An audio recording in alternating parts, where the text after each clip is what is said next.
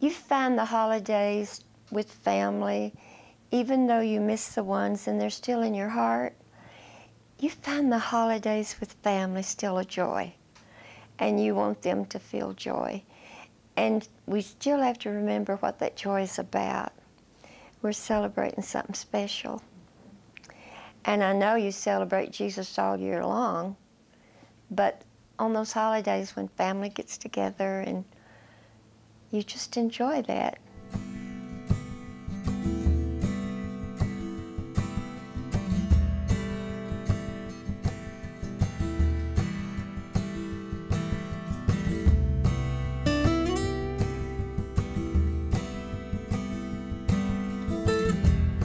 Well, this is a treat for me because you're just one of the people that I admire the most. And you are an artist and a writer and a woman of faith and just my aunt. You just have done so much, Ruth Phipps, and thank you for taking a few moments to share a little bit with us. I'm so proud of you. Well, I'm telling you, you did something a long time ago that, and I want to talk a little bit about growing up here and going back to college and some things like that, but you did something that I think a lot of people in our community may not know, and that is you and a small group of people were very responsible for Pacesetters, the program for special needs adults, beginning. And how did that come to be? Well, I probably need to go back a little bit in years. When we moved to Wichita, Kansas, my husband and I, and our daughter, Patty, everybody knows Patty, had brain damage from meningitis. We happened to be fortunate enough to move near a place called the Institute of Logopedics, where people from all over the world came. Even the Maharaja of India brought his child there. And they taught where most people, there weren't public awareness, and most people didn't think that if you had a child either with brain damage or they're born mentally challenged, they would put them in an institution or hide them away at home. That was the dark ages. Well, when we moved there, and we moved close to logopedics, you had to have money to get them in. We didn't have any money. So we put her on a list for some wealthy old men to come and look at. And she was cute. And there several came, and they picked Patty to to work with there. I remember the first time she said mama with the speech therapist. She was, I think, 6 or 7. And she said, mama. That was a thrill. And then she learned other things, even a little academic. So when we moved back to Cookeville, there was nothing. They were still in institutions. They were still hidden away. And special education was, we had some, but not for those that were more challenged. And so I went before the board and helped get some of those started. But as far as Pacesetters, that's what I'm getting to. Right. I wanted something for adults. And Kennedy, President Kennedy, he had a sister that was mentally challenged. And Humphrey had a little Down syndrome. So with their understanding of programs, I was told that if I would volunteer to hunt people up, go into the byways and everywhere that hadn't been in a program, and volunteer to teach the best I could. First you had to have a place, and College Side Church furnished a place, and you had to have transportation. And one of the auto dealers here gave a van for transportation. That was a blessing. And you had to have someone to drive it. Well, Dan Ferris, it was Daniel Ferris, wasn't it? That was his last name. See, at 84, your memory slips, even with good people that you want to remember. And he was driving. So in searching out, sometimes I would come across someone like the Good Petites, who were wealthy and helped us a lot later, said their daughter didn't need anything. They gave her everything. But with a lot of visits, she came in, and with Booty, you know, in the black community. Her parents, they are dead now, because that was years and years ago. They said they weren't going to let Booty go into any program. They was afraid that she would not be loved like they loved her. But finally, I wore them out. They let Booty come. Well, I got my 10, and I got a place and all that. And then the challenge was in teaching them new things. One little thing that you've heard about before was trying to teach them to do something outside, like a sport. And we got a bat and a ball, and I told them where the bases were. And so when they hit the ball, they just kept running. They didn't go to the bases. But then I just had one base, and it grew to 3. You probably need to ask questions instead of me keeping talking. No. Well, I know that was I mean, and now Pacers is such a huge program, and there are people who were influenced during that time to go into special education. Yes. Hazel Denny was involved in that time period, Yes, and was. her children have gone on into that. So many people were really advocates for those who didn't have a voice. Oh, yes. But you really, Patty was an influence on all of us, I think. And you have 2 other children, Mark and Timmy. Patty was the oldest, right? Yes. And then Timmy and Mark. During all that time, you raised awareness, not just, I guess, with the community, but with families. Really, those first 10 Pacesetters were in families that had protected them and didn't feel they could let them go out. So what made it in you, a mom of 3 children, one with the special needs, to feel so strongly about being an advocate? What was it? I think the way I loved Patty and the way I knew that they needed social life as well as being able to compete in some things, because some of them have got jobs. And just the love for people, and I wanted people to have equal opportunities, and so it was a driven thing. Sometimes my husband only come home on weekends, and of course later he died. Sometimes he felt like I was neglecting him a little bit, maybe more than a little bit. And my sons were real good about it, though. Although at times I'm sure they felt like that I was spending more time with my special needs people than I really was with them. But they grew up okay. Oh, they were great. They're great. Yeah. And your husband was a salesman, so he was gone during the week. Was.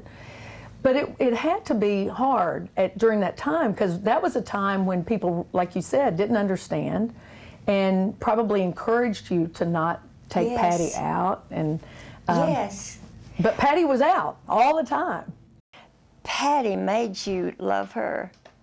I mean, she had no strangers. You know, she'd come up and ask you your name, and some things she weren't too easy to understand, but she was loving. I think you've probably heard from people who later had a special needs child. Maybe they saw Patty growing up, and later in their lives they had a special needs child. And they've probably shared with you how important it was to them at that point then to realize how great it was you did take Patty out, and that you were all part of the community. Yes, Patty went everywhere with me.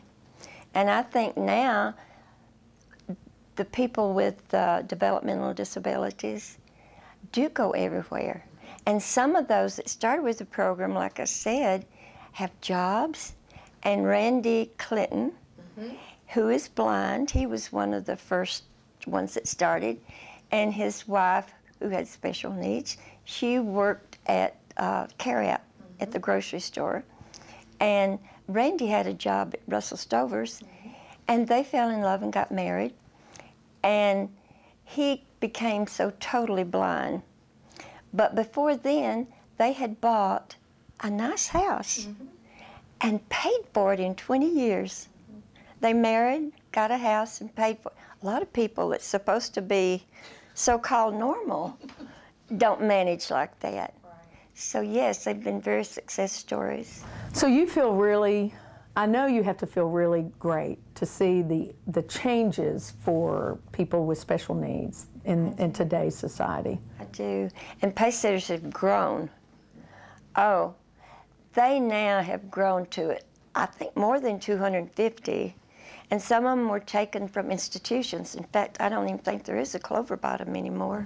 I don't know. Now, well, let me ask you, you mentioned Randy and Nancy, and you have a special group of friends that each holiday you come in, and you've now moved to Maryville to be near your son Mark and his family. Thinks I'm old, and I'm just 84. In fact, he said if I got another speeding ticket, he was going to take my keys. Well, let's not tell him about that. Oh. I think what's really cool, though, is you know, we miss you in this community, but you're making a wonderful life in Maryville, and you're very active in the art community, and you're active in your church and all around town. And I think, though, when you come back to visit these special needs friends, they are so excited to see you. And why do you do that? Why do you come and make that commitment to provide a holiday meal for them? And well, when I lived here, we did activities every month. But now that I'm in Maryville and it's hard for me, you're the one that comes and gets me, you know. We just have an activity at Christmas, and they start calling me like in September to see when the party is. But it's wonderful. Now June, my cousin June, Garrett, she cooks the meal. It's a lot better than I cook, but they were happy anyway just to get together. She cooks the meal, and of course you furnish the transportation, and we have a wonderful time. And I do it because they're my friends and I love them. They're like family. And each one of them is so special. And at our Christmas party, which you always go to too, we entertain each other. We get up and sing, and even if the tune isn't carried, Christmas is there, and it's just a beautiful time. And June has food, and they put it away. it is great. And were these all Patty's friends? Were they, most of them were? Friends for years. In fact, Bobby that comes at the Christmas party, he lived with me a while. And I have had different ones. Anna Lee that comes to the party, she lived with me a while. So we just became one big family. And I think they bless me more than I bless them. Because I saw in each one of them the childlike nature that we're all supposed to have. You know, even Jesus said, unless you become as a little child. And yet they have some abilities. Like Anna Lee, I thought I was teaching her how to cook, and actually she became a better cook than me with a few failures, you know. So yes, they're my family, and I want them to have every joy that we have, you know. So yes, I feel really good about the parties and about so many things they've accomplished. Just because the groundwork was hard, it was all worth it. It was. It had to be really hard in those early years. It had to be really tough at the beginning. It was. It was because I took them places too at the beginning, like in the first program before we got funded with public funds, governmental funds. And they weren't always accepted like they should have been. And I never worried when I take them places about being sued or anything like that. Now, when I'm working at the volunteering with art at the nursing homes, there's one nursing home that doesn't have transportation. I know this is their subject, but I was trying to get transportation for one in a wheelchair, and everyone I asked was afraid they would have a problem with it. But of all the places I went, all the car trouble I had, I didn't worry about it. I really believe that God is in our lives. And if you just let him have the reins, you know, things will be okay. Yeah. Well, you certainly made a big difference in people's lives. There's no doubt about that. I think everybody who worked in the program or was a client in the program or in the community really embraced that. You did make a difference in this community. Well, I thought that was my purpose on life. But it's going great, and I'm still here. So I don't know what my purpose really is. I took care of grandchildren a lot. And, of course, I felt like Patty was my... Actually, Patty should have the credit. Because if I hadn't have had Patty, and God should have credit, and each person that was involved should. You know, it just didn't take one person.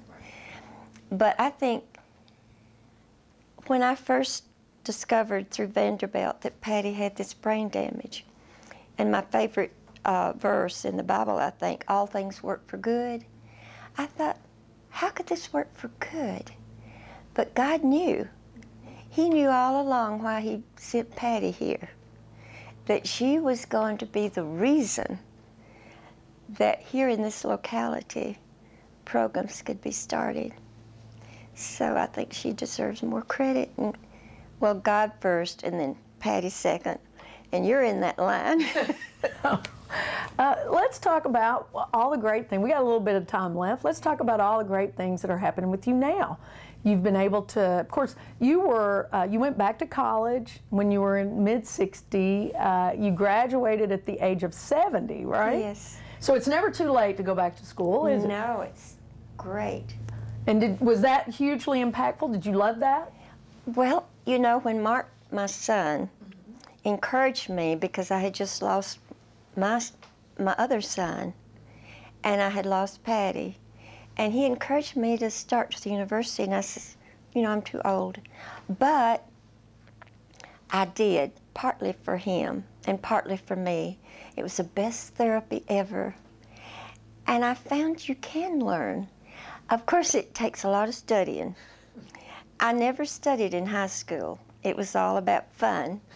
But in the university, I would go to the library because they had textbooks there, and you couldn't check them out, so you didn't have to pay for them. You could just go study.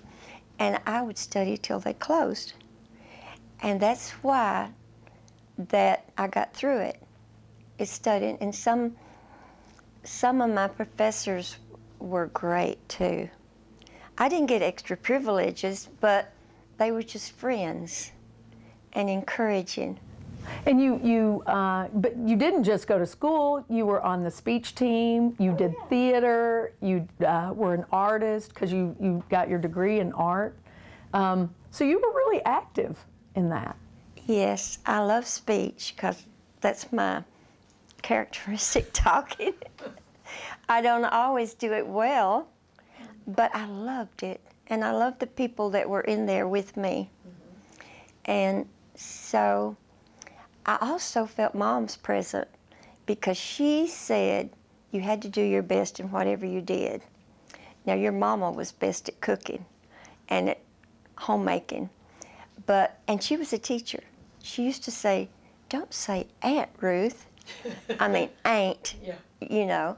But Mama always said, do your best. So I thought you could not make lower than 90 because that wouldn't be your best.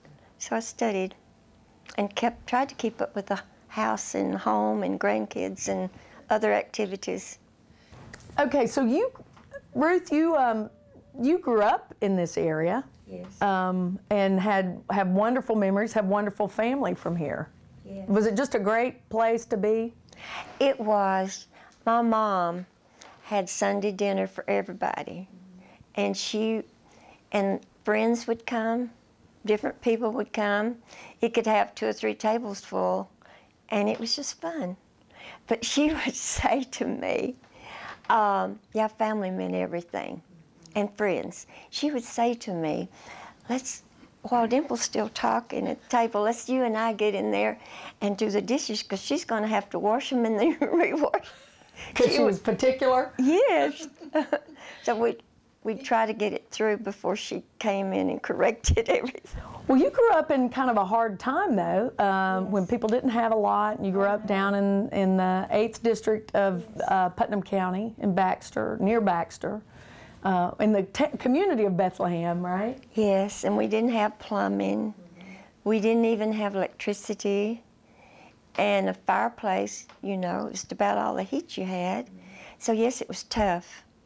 And I had a pet pig, you know. I think You should tell that story. That's a great little story. We don't have time to tell that story. Well, you raised it from a little runt, right? Yeah, my grandpa, I loved animals. In fact, horses, I rode them from the time I was just real little. And when he'd have a litter of pigs, he'd call me up. And one day I went up to see them. They were so adorable. He said, that's a runt. It's going to die. I said, so Grandpa, I'm not going to let it die. And he said, well, take it. So I fed it a bottle. It thought it was a baby. And it followed me around. It followed me to school. And kids call me Pig Girl, I think. Anyway, and he grew up. But he learned things. He was smart. He even learned how to play hide and seek, but he didn't really know how to hide. But anyway, he grew up. And one morning for breakfast, well, I couldn't find him. He didn't come get me at school. And one morning for breakfast, we had pork chop. And I told my daddy, I still haven't found Whitey, my pet pig. And he says, well, honey, you knew we had to have winter meat. I didn't eat winter meat that year. It was really, but you had it tough. You didn't have toys. You climbed trees and rode stick horses until I got big enough to ride a real one. And Christmas, you filled your stocking with fruit and candy. Oranges I loved. And one Christmas, Mama said, I'm going to buy a bag of oranges and let you eat all you can eat, because you just didn't get store-bought stuff. And I ate 32 that day. And listen, my sister, your mama, when we moved to town, WHUB came to town. It was brand new. It was a really big thing for Cookeville. So they were looking for a spot on Saturday morning and wanted you to come try out. Your mom and I went and tried out. She played the guitar. And we got that spot. But she didn't want to go because your dad kind of got jealous because we sang with the band on Saturday night. And she didn't want to go, so Mama said, if you keep going, I'll buy you some store-bought cereal. Because we just had eggs and bacon and country stuff. So she, kind of bribed us with store-bought cereal. And you went, and you say you were the Thomas sisters, right? I still got some of our cards. Do you? Yes, the Thomas sisters. Well, we only have a couple of minutes left. This has gone by so fast, and it's so much fun to talk with you. Tell me what it's like now living in Maryville. Well, I stay busy with volunteer. I volunteer at church with Lads to Leaders and other activities, and I volunteer at the nursing homes. I think I mentioned that, to teach art. And even sometimes when they don't remember their names, or even maybe where they are, and they take that brush and I kind of guide them with the paints, they're so happy. And the activity director, she puts them on the wall and has them, we sign it or they sign it. So I really enjoy that at the nursing homes. And I enjoy the art gallery. I staff there as a volunteer too, once a week, and do other things. But when I'm staffing there, people come in, they can't get out because they say, I talk too much. They don't say I talk too much, but I do. Well, in just the few seconds we have left, is there anything you really just want to share with folks at this time of the year when people are, it's a new year getting ready to start, and some people that's hard for, but other people it's it's a renewing time. Well, I know I've had griefs, and 2 of my children died at Christmas time. But I think the thing that moves you on into life is the people you still have. And so you find joy in being with them. And you're one of the people, and my son's family, and my granddaughters, and I've got great-grandchildren. And I've got one just new, just about 6 weeks old, great-granddaughter, and I've got one that's 18, a great-grandchild. And so you find the holidays with family, even though you miss the ones and they're still in your heart, you find the holidays with family still a joy, and you want them to feel joy. And we still have to remember what that joy is about. We're celebrating something special. And I know you celebrate Jesus all year long, but on those holidays when family gets together, and you just enjoy that. Well, you're a joy, and thank you so much for taking this time. I love you. I love you, honey.